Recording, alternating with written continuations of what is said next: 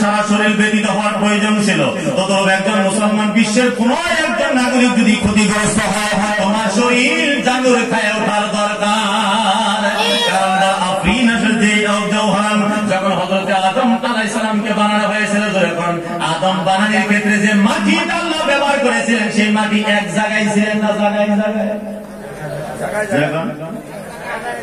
এক জায়গায় গোলাইছিল না, সেখান থেকে তো আদম বানানো হয়েছে, যখন সুবহানাল্লাহ। এখন আদম থেকে সারা বিশ্ব এখন বলে তো দেখি সেই মাটির টুকরা আমিও, মাটির টুকরা আমরা, মাটির টুকরা এমএলএ সাহেব, মাটির টুকরা গাজী সাহেব, এর মাধ্যমে জানা গেল তরিকতের সবক আমরা পাইলাম। একজন জাকির ভাই যা বা দেশের যেকোনো একজন নাগরিক যদি ক্ষতিগ্রস্ত হয়, আমরা সবাই তার জন্য সহানুভূতি করার দরকার, সহযোগিতা করার দরকার। দামে দরমে টাকায় পয়সায় সময় আল্লাহ আমি যাতে তরিকতের মাধ্যমে আমাদেরকে কমপ্লিট মুসলমান হওয়ার জন্য তৌফিক দান করে, সবাই কোন আমিন। এখন আবার শেষবার শুনেন হুজুর আব্দুল গনি রহমাতুল্লাহ আলাইহি, ওনার নামটা আমার বারে বারে মনে পড়ছে আর পড়ার দরকার। কারণ ওরস আজকে কাজ যখন আজকে ওরস কাজ, ওরস মানে কি?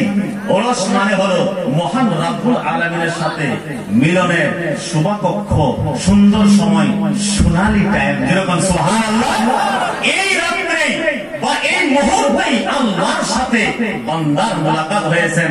এই মুলাকাতের সময়টাকে আমরা আনন্দের সময় বলে অনুভব এই জন্যই করি, যখন আল্লাহর ওলিরা দুনিয়া থেকে বিদায় হয়, তখন দুনিয়ার ঝামেলা থেকে বের হয়ে আল্লাহর দরবারে চলে যায়।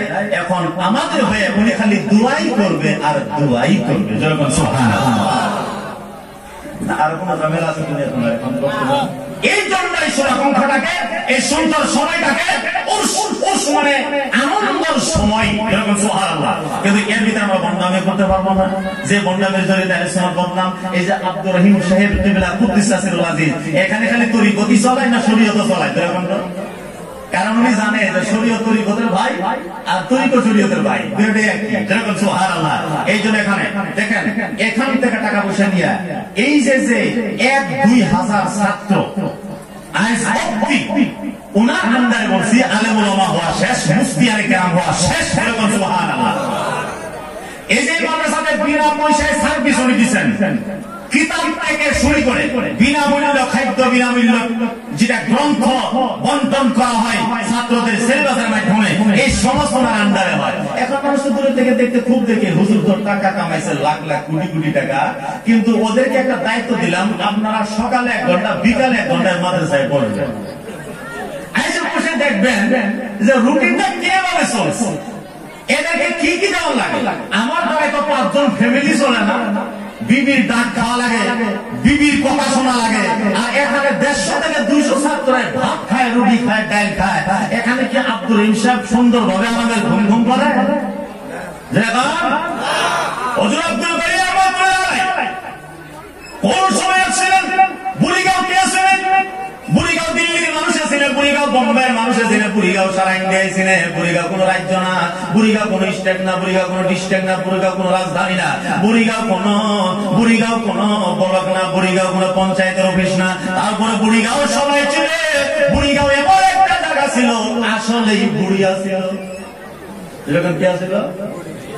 এটা হুজুর আব্দুল গনি রহমাতুল্লাহ আলাইহি প্রথম যখন এখানে আসেন, আমি তখন কায়দা পড়ে উনি যখন আসছিলেন সেই সময় বুড়িগাঁও এরকম ছিল না, জঙ্গল ছিল রে ভাই, জঙ্গল ছিল। এখানে হিংস্র জানোয়ার পর্যন্ত ধরা খাইছে। এই বুড়িটাও কাছে এত সুন্দর বানাই দিলেন। বর্তমান বুড়িগাঁও একটা সুন্দর নগরীর ভিতরে পরিবর্তন হওয়ার রাস্তার দিকে অগ্রসর হয়েছে। এখানে বড় বড় হসপিটাল, এখানে বড় বড় র্যাঙ্কের দোকান, বড় বড় ধরনের ফেসিলিটি। এটা কিসের জন্য? বুড়িগাঁও চমকাইলেন কে? ওনার কিতাব কথা স্বীকার করো, ওনার কথা কোন সময় বলো। আমি তাসাউফের কিতাবে পেয়েছি, যেই জায়গায় আল্লাহর একজন কুতুব থাকে, কোন না কোন দিন সেই জায়গাটা টাউনের স্বরূপ গ্রহণ করে।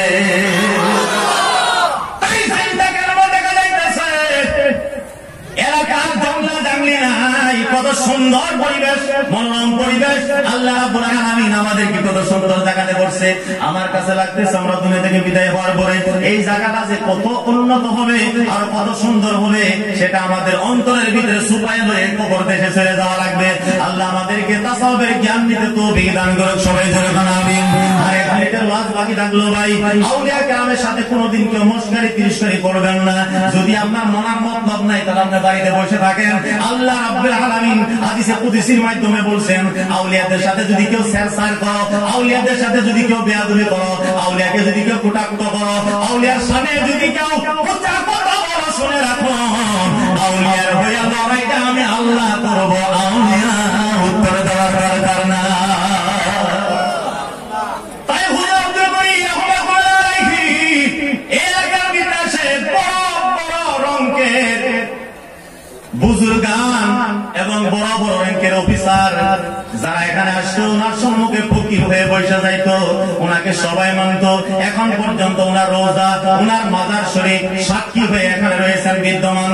আল্লাহ রাব্বুল আলামিন ওনার কাছ থেকে যদি আমাদের ফায়দা রহমান নেবার জন্য তৌফিক দান করে, আমরা যাতে পুরুষের নামে ওরকম কোনো অসভ্যতা না করি, পুরুষের নামে যাতে কোনো বেয়াদবি না করি, আমরা তরিকত দেওয়ার মাধ্যমে যাতে নামাজ রোজা হজ যাকাত হয়ে যায়। হুজুর আব্দুল গনি রাহমাতুল্লাহ আলাইহি উনি যখন নামাজের সময় হইতেন, যত বড় মুফতি মুহাদ্দিস আলেম ফাজিল থাকুক না কেন, উনি কটাক্ষ করে বলতেন, উনি শক্ত ভাষায় বলতেন, খাতির নাই, খাতির নাই, আমার পিছনে দাঁড়ায় দাঁড়ায় কোন নামাজ হইবে, সুবহানাল্লাহ। সেই হুজুর আব্দুল গনি রাহমাতুল্লাহ আলাইহি আহলে সুন্নাত ওয়াল জামাতকে রক্ষণাবেক্ষণ দেওয়ার জন্য নিজের দেশ ছাড়লেন, নিজের এলাকা ছাড়লেন। ছাড়ার পরে এলাকার ভিতরে আইসা জান্নাতের বাগান সাজালেন মাদ্রাসা। এই মাদ্রাসাতে আপনারা নিজের ছেলে মেয়েদেরকে লেখাপড়া করতে দিয়েছেন। একটা হাদিস শুনেন, তালিব ইলম যখন মাদ্রাসাতে লেখাপড়া করে, তাদেরকে যদি কেউ সাহারা দেয়, কেউ সহযোগিতা করে, আমার নবী বলেছে আমার সাথে মুসাফা করার মতো সওয়াব তোমাদের আমলনামায় যাবে। العالم والمتعلم إذا مر بقرية رفع الله العذاب عن مقبرتها 40 يوما। কোন ছাত্র ছাত্রী, কোন তালিব ইলম যদি কোন এলাকা দিয়ে কবরস্থানের কাছে দিয়ে যায়, তাদের পায়ের ধুলা যদি উঠতে উঠতে কবরস্থানের উপরে পড়ে যায়, আমার বিশ্বনবী বলেছেন 40 দিন পর্যন্ত সেই কবরস্থানে আল্লাহ আযাব দেয় না। যা হোক, ইনশাআল্লাহ ওয়াজ করলে অনেক উঠতেই থাকা যাবো, সময়ের কথা আছে। আর আমাদের যেটা মেন সুইচ, সেটা ডাবানের বলে না, মোটামুটি 3 ঘন্টা লাগে গরম হতে। এই জন্য ইনশাআল্লাহ খালি বেশি বেশি বললে হবে না, একটা রুটিনের মাধ্যমে বলা করে। বলবার ইচ্ছা খুবই আছে, কিন্তু এমএলএ সাহেব কাছে বসে আছে, একটু সংকোচ ভালো হয়। আমাদের কাজে হিসাবও আছে। আমি সবার কাছ থেকে আশীর্বাদ গ্রহণ করি, দোয়া গ্রহণ করি, বিশেষ করে আমাদের হুজুর আব্দুল গনি রাহমাতুল্লাহ আলাইহি উনি জিন্দা অবস্থায় আছেন। যেরকম জিন্দা অবস্থায় আছেন না নাই? জিন্দা অবস্থায় আছে কারণে তো আমরা এখানে আছেন। যারা মুমিন হয় তারা কোনোদিন দুনিয়া থেকে ইন্তেকাল হয় না, মরে যায় না। যেরকম সুবহানাল্লাহ। যদি মরে যাইতো তাহলে কবরস্থানে যে সালাম দেন, কে দো আসসালামু আলাইকুম ইয়া আহলাল কবর, মুর্দার সালামটা একটু আলাদা লাগছে না?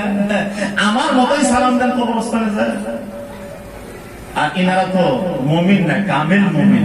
এই জন্য একটা কবিতার মাধ্যমে আমি শেষ করবো যে মুমিনের মৌত কি, মুমিনের জন্য মৌত হলো একটা তুহুফা। যেরকম সুবহানাল্লাহ।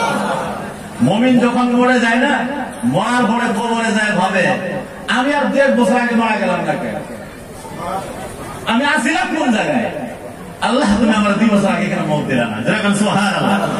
কারণ দুনিয়ার গান্দেগি দেখার পরে যখন আল্লাহর ফেসিলিটি, আল্লাহর জান্নাতের পরিবেশ কবরে পাওয়া যায়, তখন মুমিনে আল্লাহ দরবারে আরাধনা করে, আল্লাহ এই মুহূর্তে আমার 2 বছর আগে দিলে, 2 বছর আগে নবীর মোলাকাত পাইতাম, আপনার দিদার পাইতাম, জান্নাতের পরিবেশ পাইতাম। যেরকম সুবহানাল্লাহ। এই জন্য হযরত বেলাল রাদিয়াল্লাহু তাআলা যেদিন ইন্তেকাল করেন, ওনার বিবি হাই হাই করে কান্দে, আল্লাহ আমি তো কাল সকালে বিধবা হয়ে যাইব। হযরত বেলাল রাদিয়াল্লাহু তাআলা বলছিলেন, আমার বিবি এই দোয়াটা আর কোনোদিনও করো না, এই ভাবনাটা আর ভাবিও না, কারণ আমি যে দুনিয়ার থেকে যাব, আমি তো খুশি রাখার জায়গা পাইতেছি না। কারণ যে নবীকে দেখার জন্য আমি পাগল, মদিনা থেকে আমি নবী না দেখার যন্ত্রণা সহ্য না করতে পেরে আমি সিরিয়া দেশে চলে গিয়েছিলাম। আমি সেখানে থাকতে থাকতে নবী সকলের মাধ্যমে আমার ডাকছিল, বেলাল আমার রওজাকে ঝাড়ু লাগানোর জন্য মদিনাতে কেউ নাই, তোমার হাতের ঝাড়ু লাগানি আমি আমার রওজাতে চাই। যেরকম সুবহানাল্লাহ। হযরত বেলাল রাইতে রাইতে মদিনাতে আসছিলেন, কিন্তু হযরত বেলাল বলতেছেন যে বিবির কাছে, দেখো আমি মদিনাতে থাকাকালীন আমি যখন আযান দিতাম আশহাদু আন্না মুহাম্মাদুর রাসূলুল্লাহ পড়তাম, নবীর চেহারাও দেখতাম, এক সময় 2টা স্বাদ পাইতাম। যেরকম সুবহানাল্লাহ। সেই নবী কতদিন ধরে আমাকে রেখে আল্লাহ দরবারে চলে গেছে, আমি আমি বিরহ জ্বালা আর সহ্য করতে পারি না, আমি বিরহ জ্বালা আর সহ্য করতে পারি না। বিবি আমার জন্য দোয়া করে আমি যাইতে চাই মদিনা। দোয়া করো যাতে আমার জলদি মৌত হয়ে যায়। মৌত এমন একটা বেড়া, বেড়াটা সরার সাথে সাথে আমার সোনার মদিনার মোলাকাত হইবে। এই জন্য কবিতাটা শোনান। কौन कहता है कि मोमिन मर गया, বুঝছেন না কিছু? না বুঝলো আমি মানতেছি না। কারণ বর্তমান যারা একেবারে নিরক্ষর তা কমসে কম 100টা ইংরেজি বাক্য জানে আর হিন্দি তো জানে।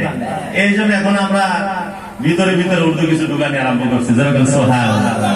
कौन कहता है कि मोमिन मर गया, कौन कहता है कि मोमिन मर गया, कैद खाना से छोटा अपना घर गया, कैद खाना से छोटा अपना घर गया। মানুষ যেদিনকে বিল পায় সেদিন খুশি হয় না নারাজ হয়? তদন্তভাবে যখন দুনিয়া ঝামেলা থেকে নেওয়া হয়, যখন দুনিয়া ঝামেলা কোনো দিন শেষ হয় 20 বছর পর্যন্ত একটু কম থাকে ঝামেলা, তারপরে 20 বছরের যখন লোকে বিয়ার একটা টেনশন হয়ে যায়। বাস কোন রকম বিয়াটা করার পরে যখন আরেকজন কে তশরিফ নিয়ে আসে, কিছুদিনের ভিতরে 3 নম্বর হযরত আরেকজন তশরিফ নিয়ে আসে। যেরকম ঝামেলা কোন মনে মানলো, এর লেখাপড়া করাও, আবার বড় হয়ে গেছে শাদী করাও, তারপরে 4 নম্বর হযরত নাতিন হুজুর তশরিফ নিয়ে গেছে। যেরকম ঝামেলা ভালো না করলো, এখন নানা বুড়া হয়ে গেছে, নানি বুড়ি হয়ে গেছে, ঠেললে গাড়ি তোড়ায়। কারণ নাতিনের সাথে বলে নানি যাওয়া ফরজে কিফায়া, বুড়ির ব্যাপারে কোমর বেশি দেওয়া হয় না, নাতিনের বিয়াত করে যাওয়া ফরজে কিফায়া। যেরকম মরার আগ পর্যন্ত ঝামেলা বাড়ছে না কমছে? এই জন্য আমার কবিতাটাও কাটছে। कौन कहता है कि मोमिन मर गया, कौन कहता है कि मोमिन मर गया, कैद खाना से छोटा अपना घर गया, कैद खाना से छोटा अपना घर गया। वाखिर दावाना अल्हम्दुलिल्लाह रब्बिल आलमीन। अस्सलामु अलैकुम।